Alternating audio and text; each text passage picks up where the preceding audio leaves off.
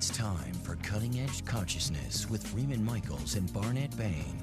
Thought-provoking discussions and bold ideas from the edge of possibility. It is indeed time for Cutting Edge Consciousness. Freeman Michaels here at the edge of possibility with my co-host.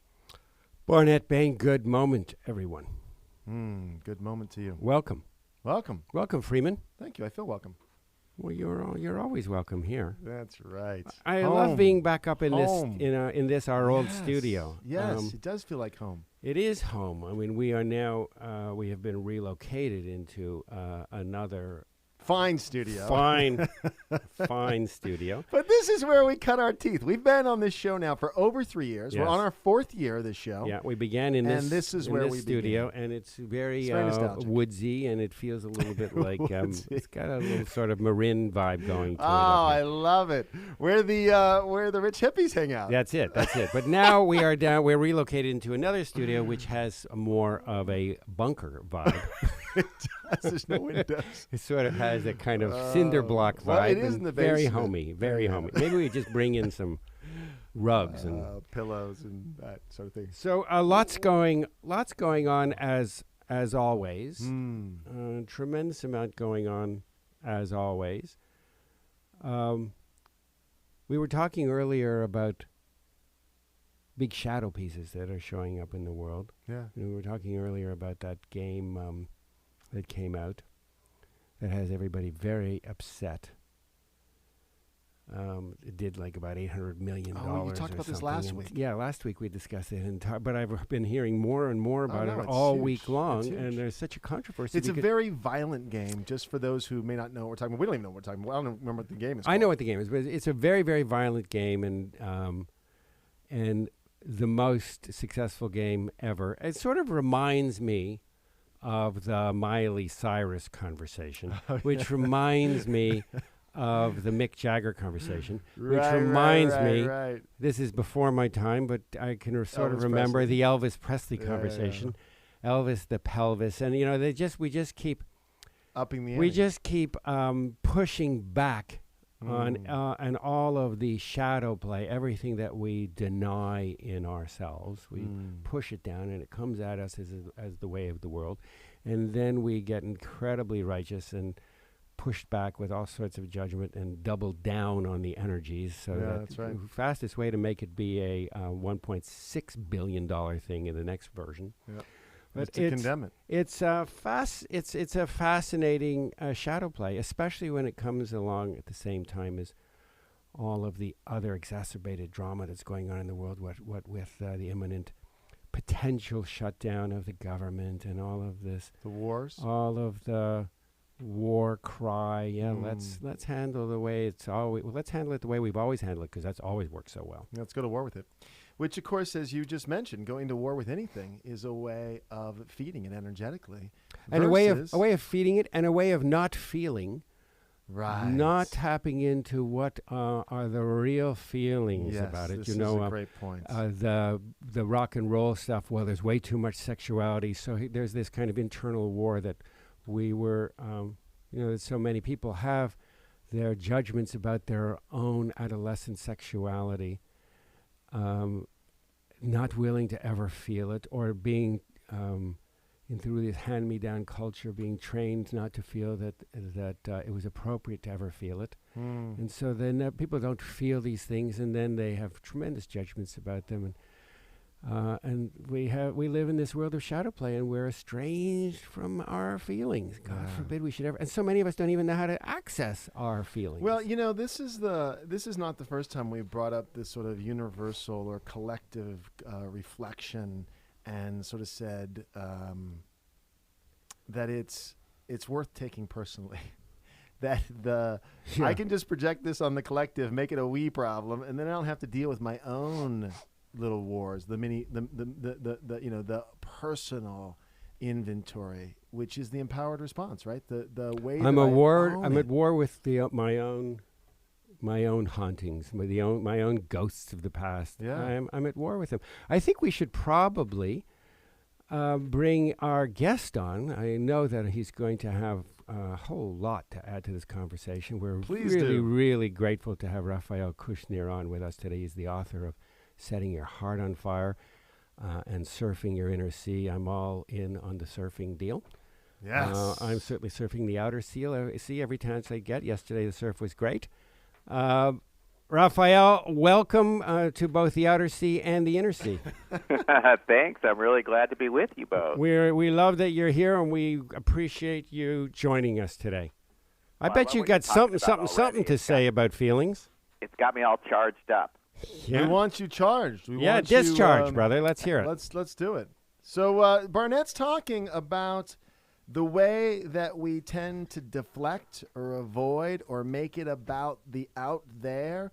And I was speaking a little bit in terms of how do we pull this in and own it personally so that we're not just running around wagging our finger at all the things we don't like. Yeah, I think that's brilliant. I think there's no in here. We should quit while we're ahead then. Barnett, you said something smart. All right, go there. Commercial break. No, I'm just kidding. Sorry, Raphael. Keep going. No, that's okay. I'm thinking you guys are like the car talk of spirituality. Oh, we love that. That's great. No, I mean, I think there's no us and no them, and there's no inside and there's no outside. It's all one giant Mobius strip, and whenever we pretend, that it's not one thing, it's the other, we always suffer. And, one of the things that I found that's really interesting about that tendency to deflect, especially from our own feelings, as you guys were just talking about, is that we're actually hardwired through evolution to do that.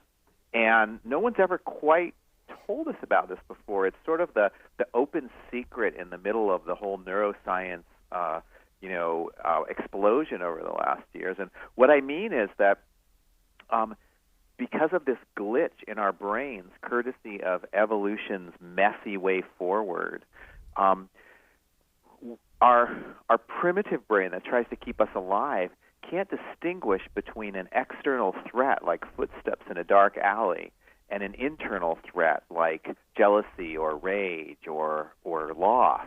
And so because it actually thinks that these difficult feelings are life-threatening, it shuts them down.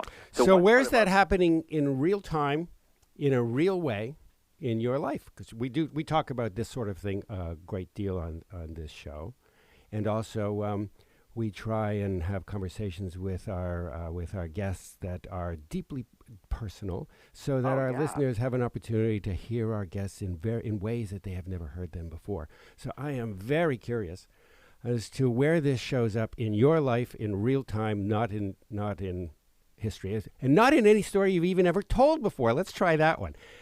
Is there some place where you are aware of a predisposed wiring, and you're going, oh my God, I have got this habituated neuronal pattern going? Yeah. Well, I really appreciate you guys for the show that you do. You might not know this, but I did a series last year called Teaching What We Need to Learn, in which I was in your shoes trying to get people to do what you're asking me to do. Mm-hmm. And some people did it, and other people it was like pulling teeth. So let me do exactly what you're asking me to do, and out of great respect for the question. So I notice in myself that I have this very deeply habituated place, which I call no good deed goes unpunished. Yeah. And so it's very densely packed because it has a feeling of shame around it. But more than that, it has the feeling of great pain at me doing my best to be good and to do good, and having that turned around as some kind of crime or wrong. And when that's present in real time in my life now, it might show up as, oh my God, I have to work so hard, and why doesn't the reward come back? Or why doesn't this person understand that I'm trying to help? And any time that the feedback I'm getting from the other side is that my seemingly good-hearted ways are the problem, I just get, I shut down and I get defensive and, really triggered, and it takes me longer than with other feelings to notice that's happened, to start to feel back into it, and then to be able to get through it. Yeah, I can relate to that. Can I share my experience with the same question? Yeah, please. This show is such a major instigator for me because we decided 3.5 or 3+ years ago to play at the edge of possibility. Just what's your edge for me personally? It always throws, because I love theory, as you know, Barnett. I love to let's pull a theory up and then I can talk about the theory, and it's almost a way of avoiding dealing with, what Raphael, you were just talking about, the idea that I really do get thrown, and this really bothers me, and it's still bugging me, and it's still bugging me. And I have enough perspective to go, oh, yeah, I know, I can hold it in this larger context, and I can, but at the same time, it's got me, and so I think, or I feel like it's almost like I'm both, right? I'm aware of the larger context, but I'm not diminishing the moment where it's bugging me. You know what I'm saying? I have a tendency to point to past shows, which I'll apologize for, but then I'll do it. No, because everybody has to go back and review them all. Yeah, then we're going to have a question. When I came in with my rant, I was like, I don't really want to talk about the rant because I know it's nonsense, but it really gripped me, and I just found myself firing off and reacting to something.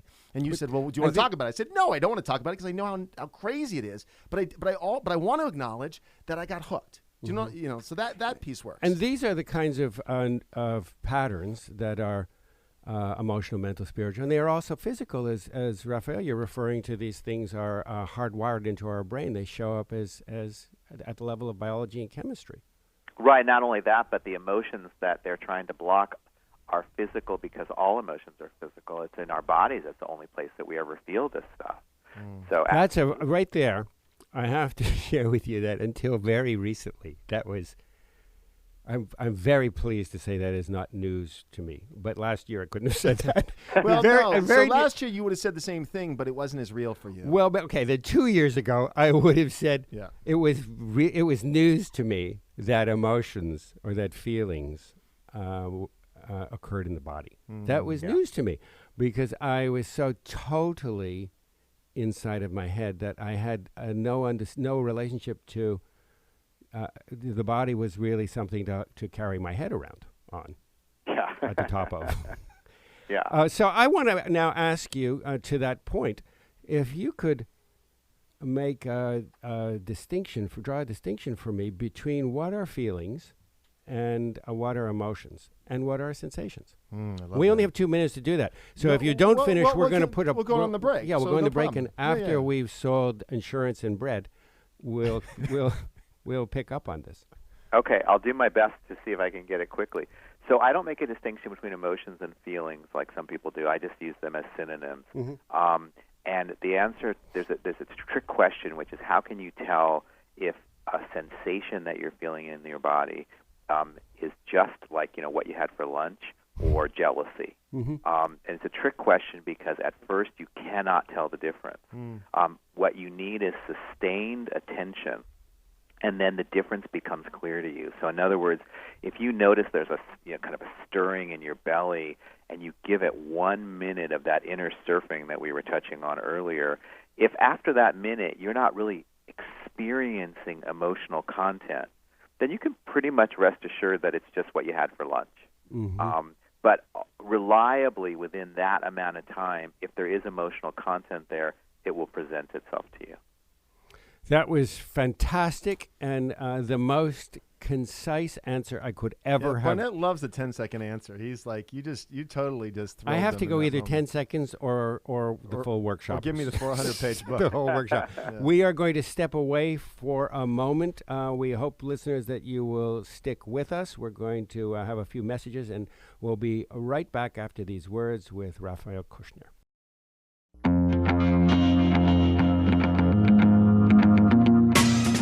Welcome back to Cutting Edge Consciousness, thought-provoking discussions and bold ideas from the edge of possibility. And we're back here on Cutting Edge Consciousness. Freeman Michaels here with Barnet Bain and our guest, Raphael Kushner. Before the break, Barnet, you loved that concise answer when you were referring to emotions and feelings. And I love, Raphael, that you don't make a distinction between feelings and emotions, but you do make a distinction in terms of how we connect with what is coming up as sensation and discern whether it's substantial and requires more of our attention, or whether it's just fleeting, if I got that right. You got it right. So I think one of the compelling, it's a soundbite, but I love it, that I've heard many times, is you're living in the feeling of your thinking. And that's how... I've never heard that before. You've never heard that before? No, I don't get out a lot.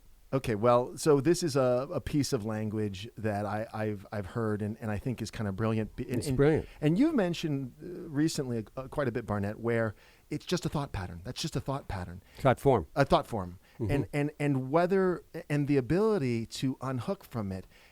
Where I'm tying this together... I'm not so interested in trying to unhook from it, right, as to transcend and include it. I'm aware of the space around it, right, and so once that happens, I have less identification. I'm more in relationship to it and less identified with it. Perfect. I was tracking to get to the gut, or where we experience something in a felt way.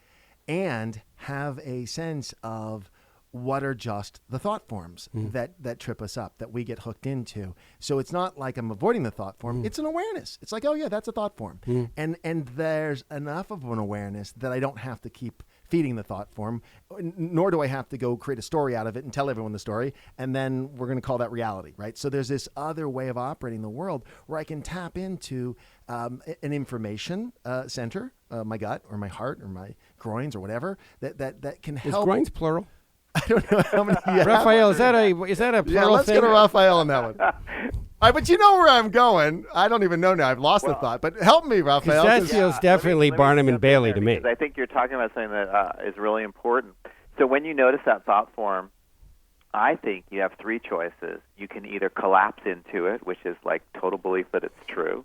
You can fight it, like, no, I shouldn't be thinking like that, which only encourages more resistance in the field. Or, as you were describing, you can notice it neutrally, like, oh, there's that. And when you notice it and you're not in resistance to it, hopefully the next thing that you can do is turn your attention to your body and see what else is there in the field, especially in the physical field, because most often negative thinking is a projection of painful feeling. And, I'm not a fundamentalist about this. Some people say the thoughts always come first. Some people say the emotions come first. But I know that when I'm thinking something that is making me feel bad, and I do notice it, and I give myself the pause to feel, I actually get deeper into my experience, and something opens up as a result. That's fabulous. That's really great. I want to ask you about if you do breath work or if you suggest breath work as a vehicle to enliven sensation and feeling a relationship with vitality in the body. Sure, that's a great question. So the first thing I always tell people is that, we want to breathe into it rather than take a deep breath to get out of it. So breath is a huge concept and tool in the work of becoming more emotionally connected, just on an everyday, every moment level. Then when it comes to breath work per se, like actual specialized breathing techniques and practices, I think they can be incredibly helpful, but I have a caveat about them, because sometimes when you do intense breath work, you open up energies inside of a person that they weren't necessarily asking for or are ready for. And that's not the problem, so to speak. The problem is if the breath work isn't being taught in a situation where there's a holding for that. In other words, if it's like a weekend workshop and accidentally your kundalini awakens and now your whole world is rocked and the person says, thanks for coming, my level 2 will be in 6 months, that doesn't work for me. I've witnessed If someone is using breath work in a very responsible way and says, you know what, whatever comes up, we're going to be here with you and for you, then I think it's incredibly transformative. Yeah, I love that. That's really beautifully said. Importantly said, too. It is almost axiomatic that in our world there is this constant admonition to breathe or just love it. And for the most part, both of those are meaningless. And I don't mean that they're ultimately meaningless, but they, it's like saying you're God. Just love it. There is a very sophisticated understanding that is life's work, or the work of spirituality, to understand one's relationship to love, to come home to love, and all of the tools that are involved in reducing, in discovering compassion for self and others, and reducing the risk of humiliation and fear, and all of those, the many intricacies of love. And also, when people say, well, just breathe, we are not trained to be in our bodies and to breathe. We're just trained to be, as we began at the beginning of the show, to push back on feeling, to push back on emotion, and to ruminate in these mental stories. So I want to chime in, because chime. The first priority, love it, which you're kind of saying, well, that's what does that mean? No, I'm saying it has to be. It has to be love has to be taught. It has to be experienced. You can't just say go to the moon. Well, and the word love has a lot of expressions, right? So accept it, understand it. There's lots of ways to move into how do I want to relate to what's coming up. And so love it from there's two perspectives. One is sort of a what Gene Houston calls pathologizing, like we're trying to fix something. Mm-hmm. The other is a way of trying to get our arms around it, embrace it, and hold it in a way that's more constructive. That would be the way I would offer it. I don't know. I mean, Raphael, your I thoughts think they're on all this? developmental, but I'm very curious to hear what you have to say about it, Raphael. Well, I think, that there's no trying in presence, and there's no trying in love. And so when there's any kind of an idea of a should, whether it's external or whether it's our own internal, like love it, like we're supposed to do that, I think we create resistance. And on the other hand, I think that in the way that you're describing it, that there's not very much difference between the word love and acceptance. And I think that if we're open to accepting what is, even if part of that is that we're in resistance to what is, then we can't go wrong. And so I think sometimes that we want to take the sort of the strain and the sting out of the way stuff is being language, just so that people can realize that what we're talking about is a relaxing into more than anything else. Yeah, that's beautifully said. And there's I guess what I was trying to say is where spirituality becomes a coping strategy. We see this so much, or a strategy to win, right? We see this with law of attraction, for example, where spirituality becomes a technique to have an upper hand in business, for example, or it becomes a way of coping with a deep and profound sense of dis-ease, right? And in that context, it can become something where it's less than really accepting. It's something else. I'm accepting. See, I'm a really good acceptor. And then we're trying to be good at that. But aren't these, both Freeman and Raphael, aren't these developmental stages?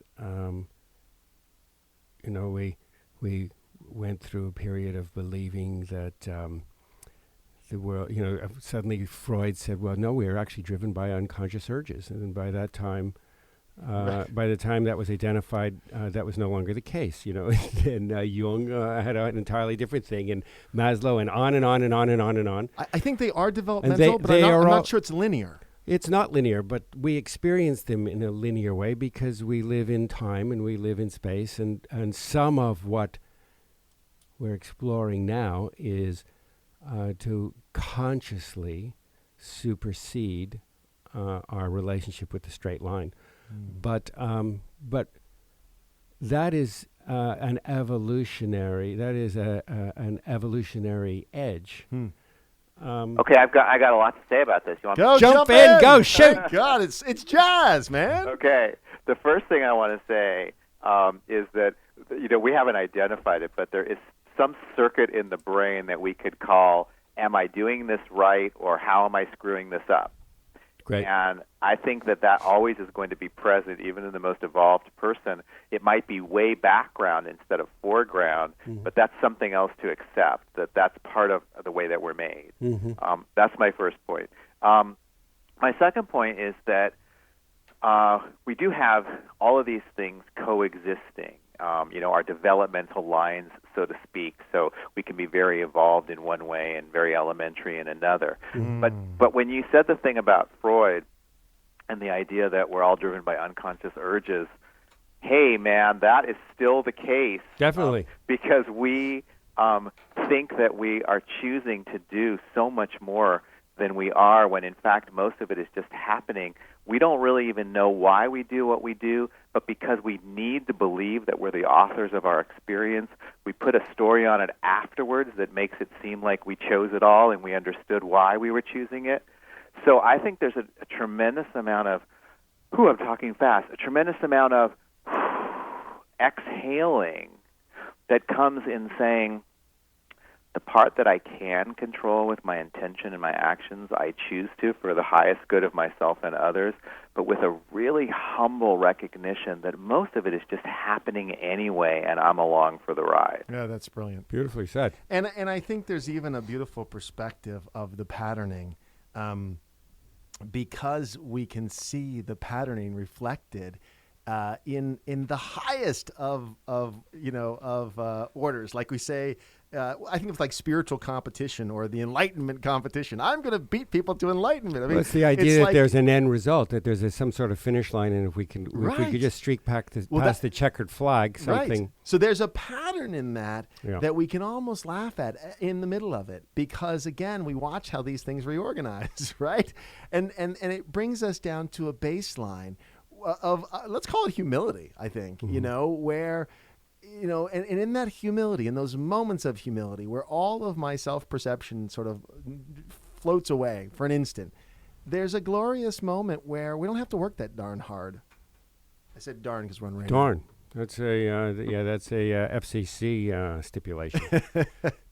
The darn. So I want to just add one thing to that, which please I loved, add what you had to share, that the humility is key, except that it's also a humility that recognizes the arrogance.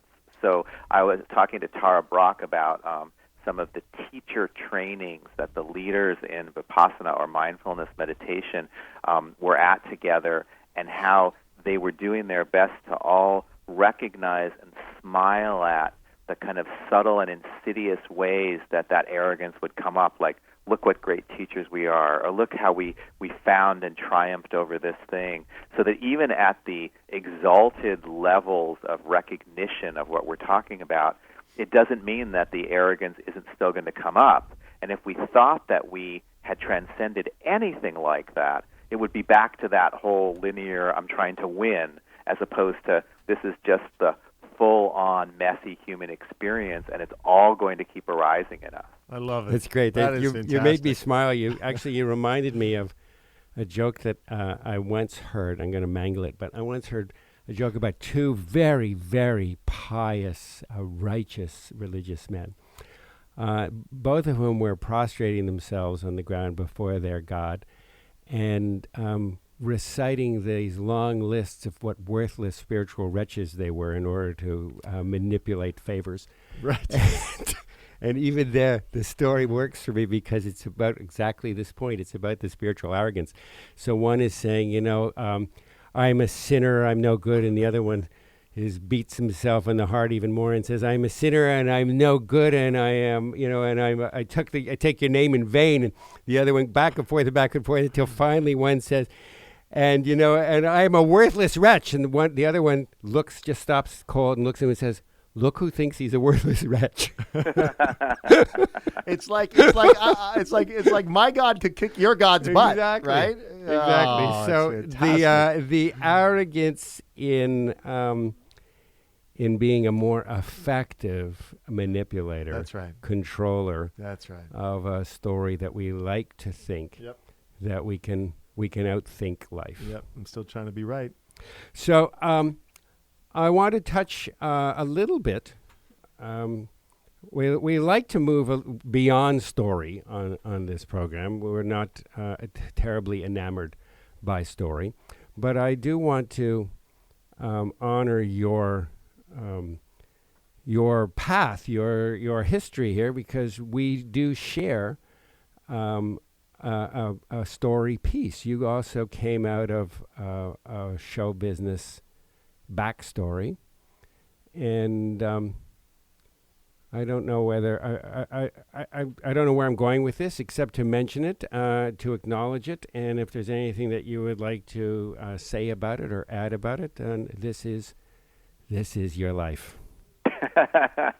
Well, let me say this, that being in the entertainment business, as I was for many years, and could still be again, is a little bit like New York, New York. If I can make it there, I can make it anywhere, meaning that it's so shiny for all the right and wrong reasons that it attracts the most intensely screwed up people, myself included. And the most brilliant people. That anywhere in the world. And so for me, there was this one period of great breakthrough that I was so happy about, which is when I realized that I was projecting my entire personal story on the entertainment industry and how it was treating me, and everyone around me was doing the exact same thing.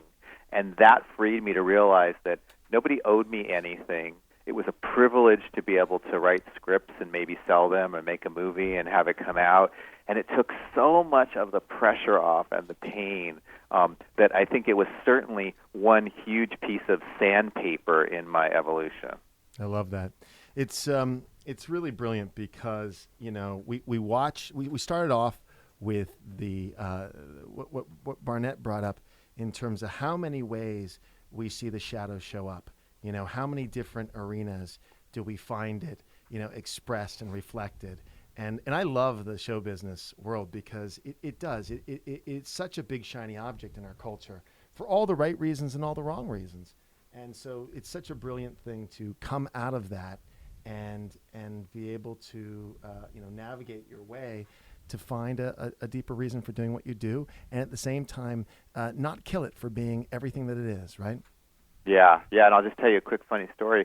A couple of years ago, something I'd waited for happened, which was after many years, I had an idea that got hold of me that I wanted to write another screenplay about. And I wrote this screenplay, and I thought it was pretty good. And I got in touch with all my old buddies from the film world who I hadn't talked to for over 10 years. And almost to a person, they said to me, "Are you crazy? Why are you trying to come back to this business? It was hell when you were here, and it's 1,000 times worse than it was back then." So that really lowered my expectations quickly, and I'm still working on that script. Haven't made the big deal on it yet. Well, I'm very intrigued by that because, as you said, it is the big shiny object, and like politics, it holds so much of what is constricted about our sense of self, and so much that is beautiful. And I think that you may find, I'm going to take a different perspective than your friends, that you may find that you are absolutely,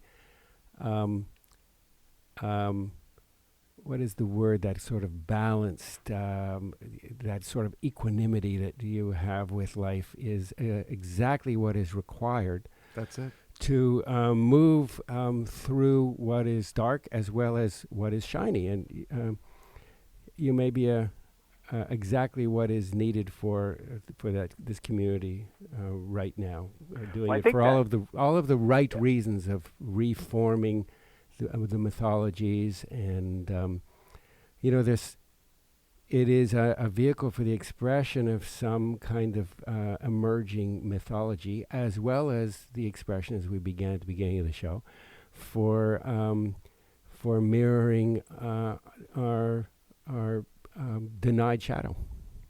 I think it's wonderful what you're saying, and I love that the way you're bringing balance to this, because no matter how awful, so to speak, the entertainment business is, still great movies and great television shows are being made.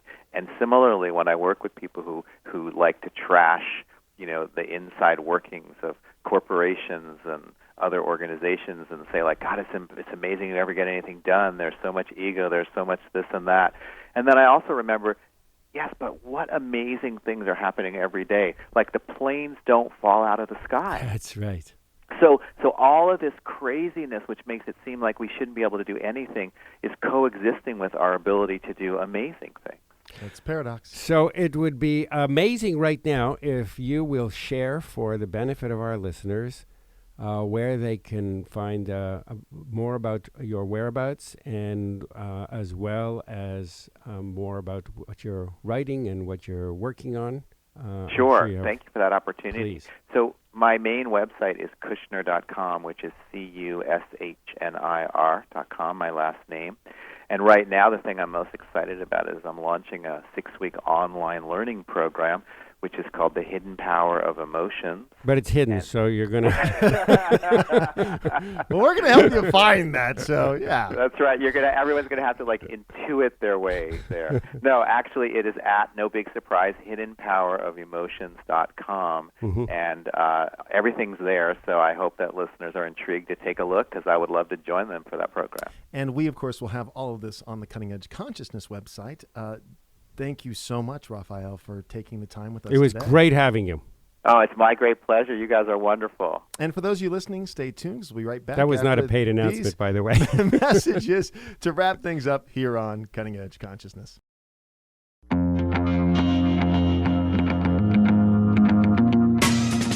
Welcome back to Cutting Edge Consciousness, thought-provoking discussions and bold ideas from the edge of possibility. And we're back here on Cutting Edge Consciousness. Freeman Michaels here with Barnet Bain. That was fun. That was fun. He is a fun guy and a deep guy, and it was absolutely a pleasure to have him with us. Really Awesome a pleasure. stuff. He, that story is so much fun. I can remember about a year ago we had Stuart Emery was on the show as well, and Stuart shared a similar story, a very similar story. I'm going to try and reassemble it. He told a story about the guy who worked in the circus shoveling out the elephant pen. I vaguely remember this. Tell the story, though. He complained about it every day. And finally, somebody said, well, why don't you just get out of it? And he said, what, and give up show business? That's right. So, but I love the perspective of, being able to let something go and then being able to come back to it from a different perspective. Because, it's so easy to get hooked into it having to look a certain way. And obviously the work of what we do, of self-exploration and exploring these ideas, and then how we put it into practical life, and then revisiting something that got very brittle because we held it so tightly, and having a broader perspective. I mean, it seems to me that you're about to start a new film, and so for you to get in the director's chair, and have another have a new way of approaching it. It's going to be exciting to see what happens with that. it's going to be thrilling, but I'm just going to adjust this for a sec. I have a very different attitude about it now than I did at an earlier time in my life, and I'm not talking about going way back. Up until very recently, a matter of a few years ago, I have a very different attitude about it, and I'm fine with sharing it. I realize now that, and I'll preface it by saying, for all of my adult career, I wanted a hit. I wanted to achieve a level of success for lots of right reasons, and also lots of unhealthy, disintegrated reasons that had to do with vindication and, my 7th grade teacher was wrong about me, that sort of thing, proving myself, status things. There's a whole bunch of agendas that under the table were really expressions of I'm not good enough, see now I'm good enough. or I'm not safe enough, or I don't matter enough, all of these kinds of things. And I realize now that those relationships with those ideas and those energies are they're there, but they're very diminished. They're very diminished. And I realize now with much gratitude that you always get what you want, not always get what you ask for, but you always get what you want, which is where you're putting your focus and your energy. Had I had a big hit, it would have changed the course of my life. I would have been seduced by the shiny thing, and I would have felt fulfilled, or I would have told myself that I was fulfilled. That somewhere down the line I would have come to some, or maybe not. I don't know. I'm not going to even speculate. But I do know from where I am right now that whatever happens in that way, whether it's in the film business or with books or with whatever I'm doing in the world, I am mature enough and wise enough around what my life has been about and is going to be about and what I want it to be about, so that I would not be distracted from that any more than I would be distracted from my relationship with my wife, for instance. I mean, out of my, these are commitments that are organic from the inside out. And so in many ways, there are less pressures about making a movie or being visible in that way, because there isn't the same degree of franticness to prove self. So it's a different kind of experience. Now, I'm not going to say that there isn't some of that there. If I made a bad movie, my vanity would come up and I would feel humiliated, and God forbid I should look bad. It's like that's still there.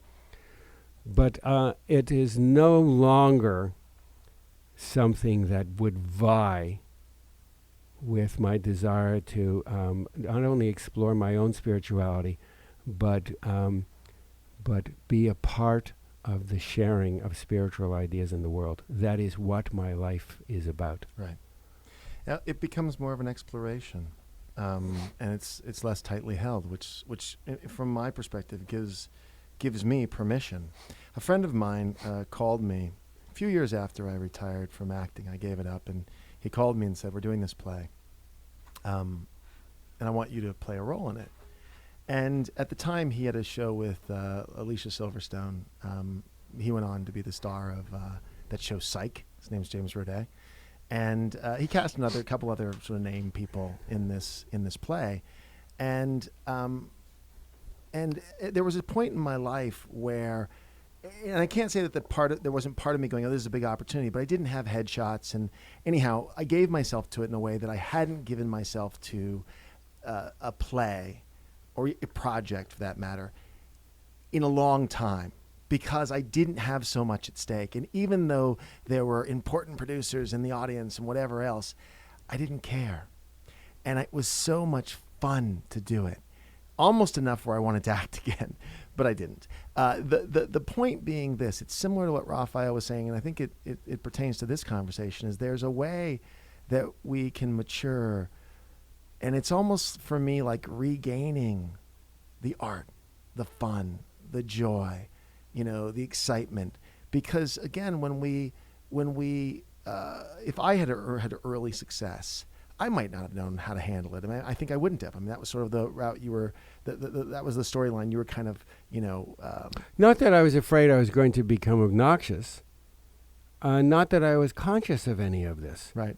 Because when I look on my life, it has been a magical life. That's and it. there's always been just enough success to keep my life glorious, but never enough success that I could feed it to my ego. Okay, so that drove my ego crazy. Yeah. And now my ego is I'm sufficiently in relationship with my ego that a big success, I wouldn't feed a big success to my ego, because as the great man said to you, you want to be in the world but not of the world. And I am, and maybe it's because I'm 60 years old, and there's a time of my life that I'm not really in those shadow years anymore. The proving game. I'm not in the proving game, and it's simply a function of a face of the soul, and as well as a deeply passionate commitment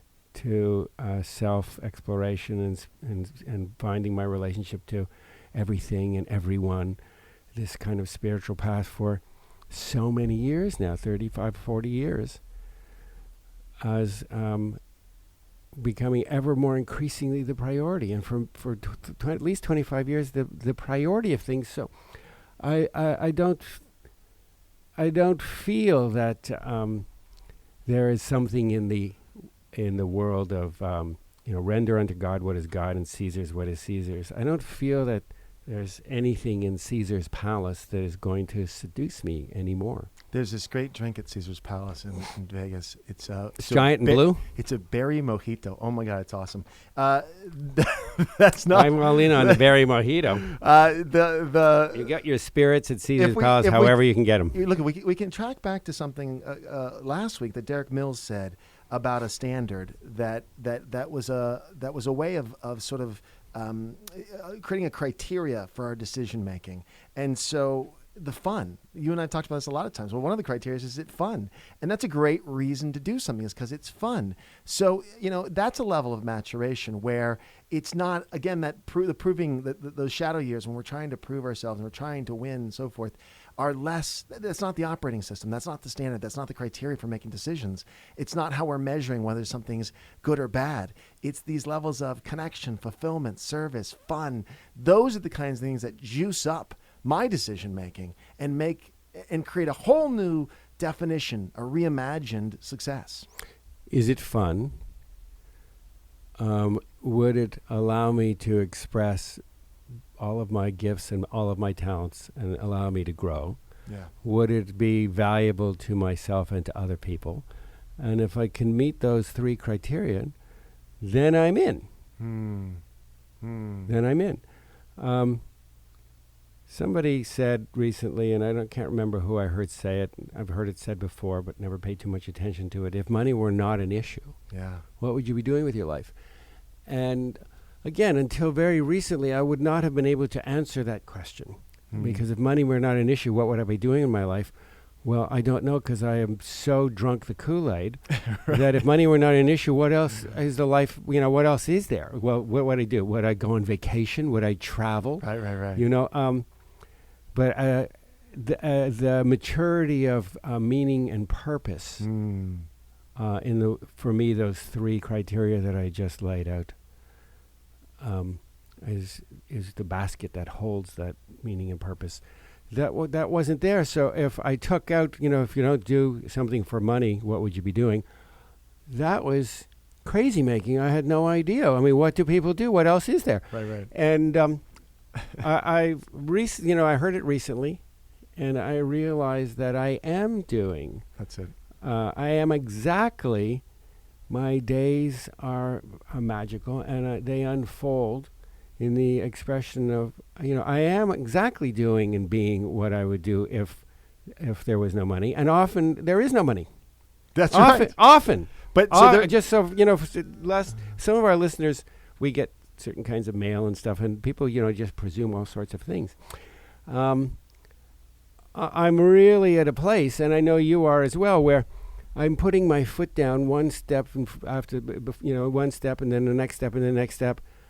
And my relationship to things, to the world, is increasingly with the expectation, the imagination and the expectation that the world will appear before my foot falls on it, that the road will rise to meet me, and less about being strategic, about I can control things or I can plan things, because I have not ever been able to do that. Can you check the clock on that thing? Because I've lost track. It's 12:48. Yeah. So we are at the end of the show. I felt that, but I've lost track. So God, you're so intuitive. Thank you. I can guess the guest from now on. Fantastic. Yeah, do that next week. Yeah, I don't know. So there you have it. It works when it works. And we are thrilled that you took the time today to hang out with us here at our work. And we hope that you keep coming back to Cutting Edge Consciousness. Thanks for listening.